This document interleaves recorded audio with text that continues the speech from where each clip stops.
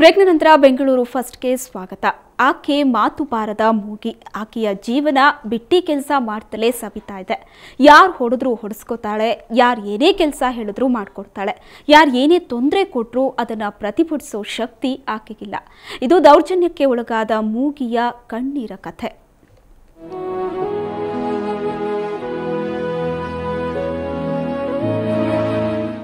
ನೀವಿಲ್ಲಿ ನೋಡ್ತಾ ಇರೋ ಈಕೆಯ ಹೆಸರು ನರಸಮ್ಮ. ಈಕೆಯನ್ನ ನೋಡಿದರೆ ಅಯ್ಯೋ ಪಾಪ ಅನ್ಸುತ್ತೆ ಅಲ್ವಾ? ಹೌದು, ಈಕೆ ಬೆಂಗಳೂರಿನ ಸಂಜಯ್ ಗಾಂಧಿ ಆಸ್ಪತ್ರೆಯಲ್ಲಿ ಕಳೆದ 16 ವರ್ಷಗಳಿಂದ ಆಯಾ ವೃತ್ತಿ ಮಾಡ್ತಾ ಇದ್ದಾಳೆ. ಈಕೆಯದ್ದು ವಾರದ 7 ದಿನ ನಿರಂತರ ದುಡಿಮೆ. 6 ದಿನ ಆಸ್ಪತ್ರೆಯಲ್ಲಿ ಕೆಲಸ ಮಾಡಿದ್ರೆ ಇನ್ನು ಭಾನುವಾರವಂತೂ ಈ ಆಸ್ಪತ್ರೆಯ ಅಧಿಕಾರಿಯೊಬ್ಬರ ಮನೆಯಲ್ಲಿ ಕೆಲಸ ಮಾಡಲೇಬೇಕು. ಕೈ ಸನ್ನೆ ಮೂಲಕ ಎಲ್ಲವನ್ನ ಹೇಳುವ ಈಕೆ ತನ್ನ ಮೇಲೆ ಮೇಲಾಧಿಕಾರಿಗಳು ನಿರಂತರ ದೌರ್ಜನ್ಯ ಮಾಡ್ತಿದ್ದಾರೆ ಅಂತಿದ್ದಾಳೆ ಈ ಬಡಪಾಯಿ ಮೂಕಿ.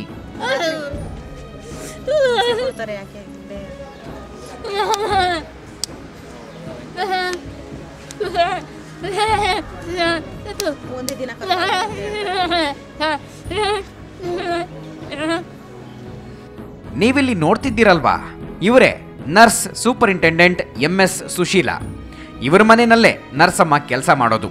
ಭಾನುವಾರದೊಂದು ಕಡ್ಡಾಯವಾಗಿ ಇವರ ಮನೆಯಲ್ಲಿ ನರಸಮ್ಮ ಮನೆ ಕೆಲಸ ಮಾಡಲೇಬೇಕು. ಪರ್ಮನೆಂಟ್ ಮಾಡ್ಕೊಳ್ರಿ ಅಂದರೆ ಮಾಡ್ಕೊಳಲ್ಲ ಅಂತ ಹೇಳ್ತಾ ಇದ್ದಾರೆ. ನಮ್ಮಮ್ಮನ್ನ ವಾರಕ್ಕೊಂದ್ಸಲಿ ಕರ್ಕೊಂಡೋಗಿ ಕೆಲಸ ಮಾಡಿಸ್ಕೊಳೋದಂತೂ ಗ್ಯಾರಂಟಿ. ಅವ್ರು ಇಲ್ಲ ಅಂತ ಹೇಳ್ತಾ ಇದ್ದಾರೆ. ಆದರೆ ಚಪ್ಪಲಿಯಲ್ಲಿ ಹೊಡೆದಿದ್ದಾರೆ ಅಂತೆ. ಆದರೆ ಮೇಡಮ್ ಅಂತ ನಾವು ಕರೆಕ್ಟಾಗಿ ಹೇಳೋಕ್ಕಾಗ್ತಿಲ್ಲ. ನಮ್ಮ ತಾಯಿನೂ ಭಯ ಬೀಳ್ತವ್ರೆ, ಕೆಲಸಕ್ಕೆ ಬೇಡ ಅಂತ ಹೇಳ್ಬಿಡ್ತಾರೆ ಅಂತ ಬೇಡ ಅಂತ ಹೇಳ್ತಾ ಇದ್ದಾರೆ. ಇನ್ನು ಆಸ್ಪತ್ರೆಯ ಎಲ್ಲ ಆಯಾಗಳಿಗೆ ವಾರದ 6 ದಿನ ಮಾತ್ರ ಕೆಲಸ ಇದ್ರೆ ಪಾಪ ಈ ಮೂಗಿ ನರಸಮ್ಮನಿಗೆ ರಜೆ ಕೊಡದೆ ನಿಮ್ಮ ಮನೆಯಲ್ಲಿ ಕೆಲಸ ಮಾಡಿಸ್ತೀರಲ್ವಾ ಅಂತ ಕೇಳಿದ್ರೆ ಸುಶೀಲಾ ಏನ್ ಹೇಳ್ತಾರೆ ಗೊತ್ತಾ? ಅವ್ರು ನೇರವಾಗಿ ನೀವೇ ಹೇಳ್ತಾರೆ ಯಾವಾಗ ಒಂದ್ಸತಿ ಬಂದು ಅಲ್ಲ, ಅದು ಏನು ಗೊತ್ತಾ, ಅವ್ರು ಪ್ರೀತಿಯಿಂದ ಬರ್ತಾರೆ. ಅವ್ರ ಮಗಳನ್ನೆಲ್ಲ ನಾವು ಚೆನ್ನಾಗಿ ನೋಡ್ಕೊಳ್ತಿದ್ದಿಲ್ಲ, ಅದಕ್ಕೆ ಬರ್ತಾ ಇತ್ತಲ್ಲ ನಮ್ಮ ಜೊತೆ. ಪ್ರೀತಿಯಿಂದ ಬಂದ್ರು ಕೂಡ ಅಲ್ಲಿ ಮನೇಲಿ ಪ್ರೀತಿಯಿಂದ ಅಲ್ಲಿ ಕೆಲಸ ಎಲ್ಲ, ಪಾತ್ರೆ ತೊಳೆಯೋದು, ಬಟ್ಟೆ ಒಗೆಯೋದು.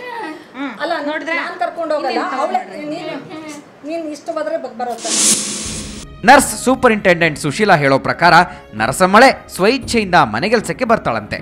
ಆದ್ರೆ ಕಳೆದ ವಾರ ಕೆಲಸಕ್ಕೆ ಹೋಗದೇ ಇದ್ದಾಗ ನರಸಮ್ಮಳಿಗೆ ಚಪ್ಪಲಿ ಸೇವೆ ಮಾಡಿದ್ದಳು ಈ ರಕ್ಕಸಿ ಸುಶೀಲಾ. ಇಂಥವ್ರನ್ನ ಹಾಸ್ಪಿಟ್ಲಲ್ಲಿ ಒಂದು ವರ್ಕ್ ಮಾಡೋಂಥ ಒಂದು ಲೇಡಿನ ಕರ್ಕೊಂಡೋಗಿ ಮನೆ ಕೆಲಸ ಮಾಡಿಸೋದು ತುಂಬ ಅನ್ಯಾಯ. ಮೂಕಿ ಅವಳು. ಬೇರೆ ಯಾರಾದರೂ ಆಗಿದ್ರೆ ಏನಾದರೂ ವಿರೋಧಿಸ್ತಾ ಇದ್ರೇನೋ, ಆಕೆ ಮೂಕಿ, ಮಾತಾಡೋಕ್ಕಾಗಲ್ಲ. ಒಂದು ಚಪ್ಪಲಿ ಹೊಡೆದಿದ್ದಾರೆ, ನನಗೆ ಕೆಲಸಕ್ಕೆ ಹೋಗಿಲ್ಲ ಅಂತ ಹೇಳಿ ನನಗೆ ಚಪ್ಪಲಿ ಹೊಡೆದ್ರು ಅಂತ ಹೇಳಿದರು. ಸರ್ಕಾರಿ ಮೇಲಧಿಕಾರಿಯೊಬ್ಬರು ತಮ್ಮ ಕೆಳಗಿನ ಸಿಬ್ಬಂದಿಯಿಂದ ಮನೆ ಕೆಲಸ ಮಾಡಿಸಿ ದೌರ್ಜನ್ಯ ಮಾಡಿರೋದು ಅಕ್ಷಮ್ಯ ಅಪರಾಧ. ಕೂಡಲೇ ಸಂಬಂಧಪಟ್ಟ ಅಧಿಕಾರಿಗಳು ನರ್ಸ್ ಸೂಪರಿಂಟೆಂಡೆಂಟ್ ಮೇಲೆ ಸೂಕ್ತ ಕ್ರಮ ತೆಗೆದುಕೊಳ್ಳಬೇಕಾಗಿದೆ. ರವಿಕುಮಾರ್, ಕ್ರೈಮ್ ಬ್ಯೂರೋ, ಸುವರ್ಣ ನ್ಯೂಸ್ 24/7, ಬೆಂಗಳೂರು. ಕರ್ನೂಲ್ ಬಳಿ ನಿನ್ನೆ ಅಪಘಾತಕ್ಕೀಡಾಗಿ ದುರ್ಮರಣಕ್ಕೀಡಾಗಿದ್ದ 10 ಮಂದಿಯ ಮೃತದೇಹಗಳನ್ನು ಇವತ್ತು ಬೆಂಗಳೂರಿಗೆ ತರಲಾಗಿದೆ. ನಿನ್ನೆ ಮುಂಜಾನೆ ಆಂಧ್ರದ ಕರ್ನೂಲ್ ಜಿಲ್ಲೆಯ ಶ್ರೀಶೈಲಂನಲ್ಲಿ ನಡೆದ ಭೀಕರ ಅಪಘಾತದಲ್ಲಿ ಬೆಂಗಳೂರಿನ ಒಂದೇ ಕುಟುಂಬದವರು ಮೃತಪಟ್ಟಿದ್ರು. ಕರ್ನೂಲ್ನ ಸರ್ಕಾರಿ ಆಸ್ಪತ್ರೆಯಲ್ಲಿ ಮರಣೋತ್ತರ ಪರೀಕ್ಷೆ ನಡೆದ ಬಳಿಕ ಇವತ್ತು ಸಂಜೆ 7 ಗಂಟೆಗೆ ಮೃತದೇಹಗಳನ್ನು ಯಶವಂತಪುರದ ನಿವಾಸಕ್ಕೆ ತರಲಾಯಿತು. ಒಂದೇ ಕುಟುಂಬದ ನಾಗರಾಜ್, ವೆಂಕಟೇಶ್, ಪ್ರೇಮ, ಹಂಸಬೇಣಿ, ಪಲ್ಲವಿ, ರೇಣುಕಮ್ಮ, ಚಂದನ್, ನವ್ಯ, ರಾಮು ಮತ್ತು ಚಾಲಕ ಕುಮಾರ್ ನಿನ್ನೆ ಅಪಘಾತದಲ್ಲಿ ಮೃತಪಟ್ಟಿದ್ರು.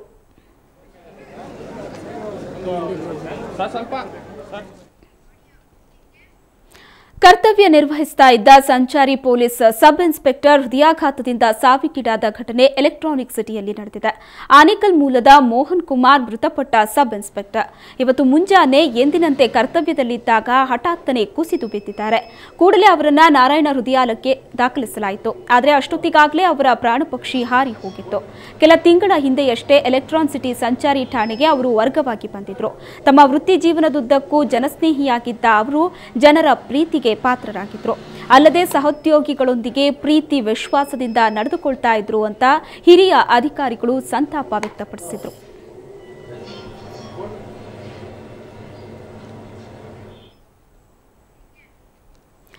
ಐಪಿಎಲ್ ಟಿ20 ಕ್ರಿಕೆಟ್ ಬಂದ ಮೇಲಂತೂ ಕ್ರಿಕೆಟ್ ಜ್ವರ ಸಿಕ್ಕಾಪಟ್ಟೆ ಹೆಚ್ಚಾಗಿದೆ. ಗಲ್ಲಿಗಳಲ್ಲೂ ಕ್ರಿಕೆಟ್ ಹಬ್ಬ ಜೋರಾಗಿದೆ.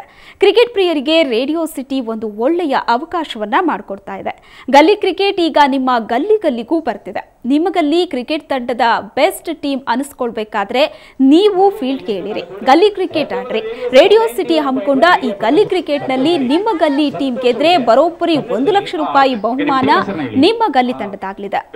ಯಾರ ಕ್ರಿಕೆಟ್ ಟೀಮ್ ಇದೆಯಾ ಒಂದ್ ಸೆಕೆಂಡ್ ಕೈ ಎತ್ತಿ. 1 ಅಲ್ಲಿ ಜಿಪಿಎಲ್ ಮ್ಯಾಚ್ ಅಲ್ಲಿ 1 ಲಕ್ಷ ರೂಪಾಯಿ ಹೇಗೆ ಹೊಡೆಯೋದು ಅಂತ ಹೇಳಿ ಹೇಳ್ಕೊಡ್ತಾ ಇದೀನಿ. ಪರವಾಗಿಲ್ಲ, ಆದ್ರೂ ಕನ್ನಡದವರು ನಿಮ್ಗೆ ಕನ್ನಡ ನೀಟಾಗಿ ಮಾತಾಡಿ. ಸಕ್ಸಸ್ ಮೆಸೇಜ್ ಯಾರಿಗೆ ಸಿಕ್ಕಿದೆ ಹೇಳಿ? ಚೀಲ ತಗೊಂಡ್ಬನ್ರಿ. 4 ವರ್ಡ್ ಮಾತ್ರ ಇರಬಾರ್ದು, ಇದ್ರೆ ಔಟ್ ಆಗಿರ್ತೀರಾ. ಹೇಳಿದ್ದೀರಿ 5 ಸಲ ಟ್ರೈ ಮಾಡಿ. ಅಶ್ವಥ್ ತರೇಬೋನಿ ಮಾರಾಡದಲ್ಲ ತರಬೈ ಕುಮಾರ್ 30 ಸೆಕೆಂಡ್ ಟೈಮ್. ಹೌದು ಇಲ್ಲ ಎಷ್ಟು 4 ವರ್ಡ್. ಎಫ್ಎಂ ರೇಡಿಯೋ ಸಿಟಿ ನೋಡಿ, ಬೆಂಗಳೂರಲ್ಲಿ ಎಷ್ಟೆಲ್ಲ ಗ್ರೌಂಡ್ಸ್ ಇದೆ, ಎಷ್ಟೆಲ್ಲ ಟ್ಯಾಲೆಂಟೆಡ್ ಕ್ರಿಕೆಟರ್ಸ್ ಇದ್ದೀರಾ. ಆದರೆ ನಿಮ್ಮನ್ನೆಲ್ಲ ಒಟ್ಟಿಗೆ ಸೇರಿಸೋದೇ ರೇಡಿಯೋ ಸಿಟಿ ಉದ್ದೇಶ. ಏನು ಮಾಡ್ತಾ ಇದ್ದೀವಿ ಅಂದರೆ, ಪ್ರತಿಯೊಂದು ಏರಿಯಾದಲ್ಲಿ ನಿಮ್ಮದೇ ಆದ ಗಲ್ಲಿ ಕ್ರಿಕೆಟ್ ಟೀಮ್ನ ಹುಡುಕ್ತಾ ಇದ್ದೀವಿ, ಬೆಸ್ಟ್ ಕ್ರಿಕೆಟ್ ಟೀಮ್ನ. ಸೊ ನೀವು ನಿಮ್ಮ ಏರಿಯಾದ ಗಲ್ಲಿ ಕ್ರಿಕೆಟ್ ಟೀಮ್ 10 ಮೆಂಬರ್ ಟೀಮ್ನ ನಮ್ಮ ರೇಡಿಯೋ ಸಿಟಿ ಗಲ್ಲಿ ಪ್ರೀಮಿಯರ್ ಲೀಗ್ಗೆ ರಿಜಿಸ್ಟರ್ ಮಾಡ್ಕೋಬೋದು.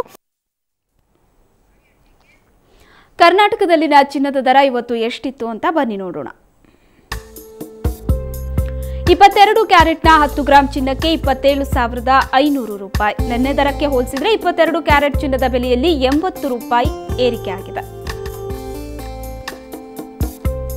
24 ಕ್ಯಾರೆಟ್ನ 10 ಗ್ರಾಂ ಚಿನ್ನಕ್ಕೆ 30,300 ರೂಪಾಯಿ. ನಿನ್ನೆ ದರಕ್ಕೆ ಹೋಲಿಸಿದ್ರೆ 24 ಕ್ಯಾರೆಟ್ನ 10 ಗ್ರಾಂ ಚಿನ್ನದ ಬೆಲೆ ಇಂದು 200 ರೂಪಾಯಿ ಇಳಿಕೆ ಕಂಡಿದೆ.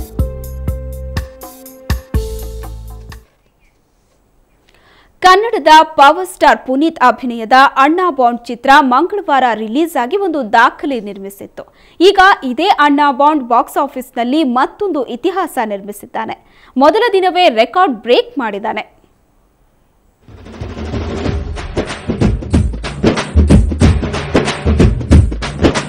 ತುಂಬಾ ನೋಡಬೇಡಿ, ನೋವು ಆಯ್ತದೆ. ಲವ್ ಮಾಡಬೇಡಿ, ನೋವು ಆಯ್ತದೆ. ಹೂವ ಕೊಡಬೇಡಿ, ಮದುವೆ ಆಯ್ತದೆ. ಮೊದಲ ಬಾರಿಗೆ ಮಂಗಳವಾರ ತೆರೆಗೆ ಬರೋ ಮೂಲಕ ದಾಖಲೆ ಸೃಷ್ಟಿಸಿದ ಅಣ್ಣಾ ಬಾಂಡ್ ಈಗ ತನ್ನ ಫಸ್ಟ್ ಡೇ ಕಲೆಕ್ಷನ್ನಲ್ಲೂ ರೆಕಾರ್ಡ್ ಬ್ರೇಕ್ ಮಾಡಿದೆ. 160 ಚಿತ್ರಮಂದಿರದಲ್ಲಿ ರಿಲೀಸ್ ಆದ ಅಣ್ಣಾ ಬಾಂಡ್ ಮೊದಲ ದಿನ ಬಾಚಿಕೊಂಡ ಒಟ್ಟು ಮೊತ್ತ ಎಷ್ಟು ಗೊತ್ತಾ? ಸುಮಾರು 3,50,00,000 ರೂಪಾಯಿ. ಅಣ್ಣಾ ಬಾಂಡ್ ಗಳಿಸಿದ್ದೆಷ್ಟು? ಅಣ್ಣಾ ಬಾಂಡ್ ಮೊದಲ ದಿನ ಬೆಂಗಳೂರು, ಕೋಲಾರ, ತುಮಕೂರು ಏರಿಯಾದಲ್ಲಿ 1.40 ಕೋಟಿ ರೂಪಾಯಿ ಕಲೆಕ್ಷನ್ ಕಂಡಿದೆ. ಮೈಸೂರು, ಮಂಡ್ಯ, ಕೂರ್ಗ್, ಹಾಸನದಲ್ಲಿ 60 ಲಕ್ಷ ರೂಪಾಯಿ ಬಾಚಿದೆ.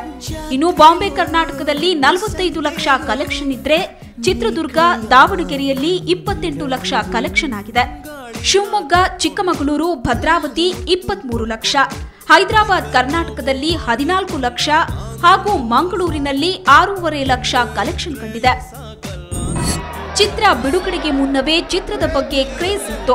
ಅಲ್ಲದೆ ಕಾರ್ಮಿಕರ ದಿನ ರಜೆ ಇದ್ದ ಕಾರಣ ಹೆಚ್ಚಿನ ಜನ ಸಿನಿಮಾ ನೋಡಿದ್ರು. ಕೆಲವೆಡೆ ಬೆಳಗಿನ ಜಾವ 4:30ಕ್ಕೆ ಚಿತ್ರ ರಿಲೀಸ್ ಆಗಿತ್ತು. ಇನ್ನು ಬೆಂಗಳೂರು ಒಂದೇ ಕಡೆ 14 ಮಲ್ಟಿಪ್ಲೆಕ್ಸ್ಗಳಲ್ಲಿ ಅಣ್ಣಾ ಬಾಂಡ್ ರಿಲೀಸ್ ಆಗಿತ್ತು. ಮಲ್ಟಿಪ್ಲೆಕ್ಸ್ನಲ್ಲಿ ಟಿಕೆಟ್ ದರ ಬೇರೆ ಚಿತ್ರಮಂದಿರಕ್ಕಿಂತ ಸುಮಾರು 3 ಪಟ್ಟು ಹೆಚ್ಚಿದೆ. ಇದು ಕಲೆಕ್ಷನ್ ಹೆಚ್ಚಲು ಕಾರಣವಾಯಿತು. ಮೊದಲ ದಿನವೇ ಗಳಿಕೆಯಲ್ಲಿ ದಾಖಲೆ ನಿರ್ಮಿಸಿದ ಅಣ್ಣಾ ಬಾಂಡ್ ಮುಂದಿನ ದಿನಗಳಲ್ಲಿ ಯಾವ್ಯಾವ ರೆಕಾರ್ಡ್ ಬ್ರೇಕ್ ಮಾಡುತ್ತೆ ಅನ್ನೋದೀಗ ಕುತೂಹಲ ಕೆರಳಿಸಿದೆ.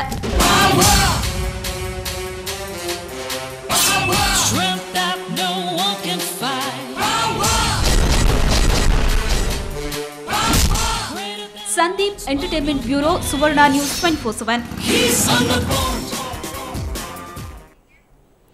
ಆಹಾರ ಪ್ರಿಯರಿಗೆ ಇದೊಂದು ಗುಡ್ ನ್ಯೂಸ್. ವಾಘಾ ಪ್ರದೇಶದ ರುಚಿಯಾದ ಆಹಾರಗಳನ್ನು ಸವಿಬಹುದು. ಜೊತೆಗೆ ವಾಘಾ ಪ್ರದೇಶದ ವಾತಾವರಣ ಕೂಡ ಇರುತ್ತೆ. ಎಲ್ಲಿ ಅನ್ನೋ ಕುತೂಹಲನ ನೋಡಿ ಈ ವರದಿ.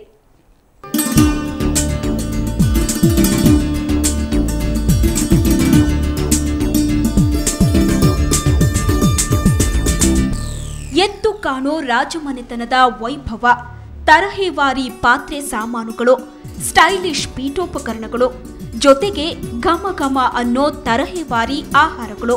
ಆಹಾ, ನೋಡಿದ್ರೆ ಬಾಯಲ್ಲಿ ನೀರೂರಿಸುವಂತ ಸಿಖ್ ಕಬಾಬ್ ಬಲೂಚಿಸ್ತಾನಿ, ಲಾಹೋರಿ ಫಿಶ್ ಟಿಕ್ಕಾ, ಬಘಾರ್ ಮುರ್ಗ್ ಪೇಶಾವರಿ, ಸಿಂಧಿ ನಿಹಾರಿ ಕಿ ಬಿರಿಯಾನಿ, ದೋಸ್ತಿ ರೋಟಿ.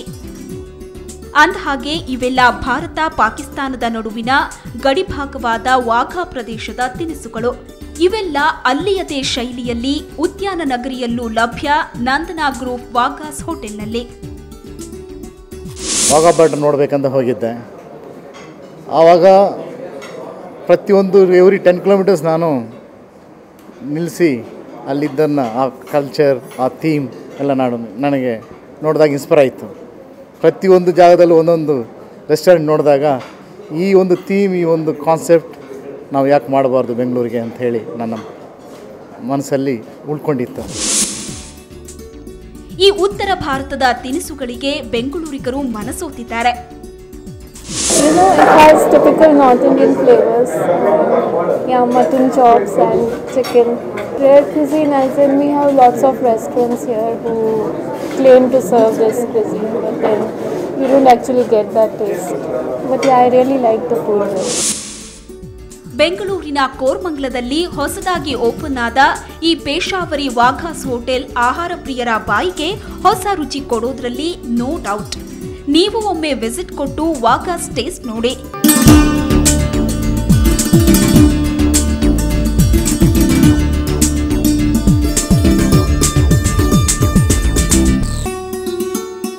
ಶ್ರೇಯಾ ಶೆಟ್ಟಿ, ಸುವರ್ಣ ನ್ಯೂಸ್ 24/7 ಬೆಂಗಳೂರು.